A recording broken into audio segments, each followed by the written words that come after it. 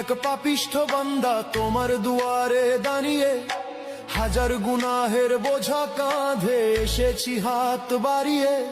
সারাটি বছর কেটেছে মোর ভুলের অন্ধকারে, আজ শিয়াম সেজেছে প্রদীপ হয়ে আমার ভাঙা ঘরে। তওবা কবুল করো মোলা, আমি দিশেহারা, শুকনো ঠোঁটে তোমার জিকির, চোখে জলের ধার।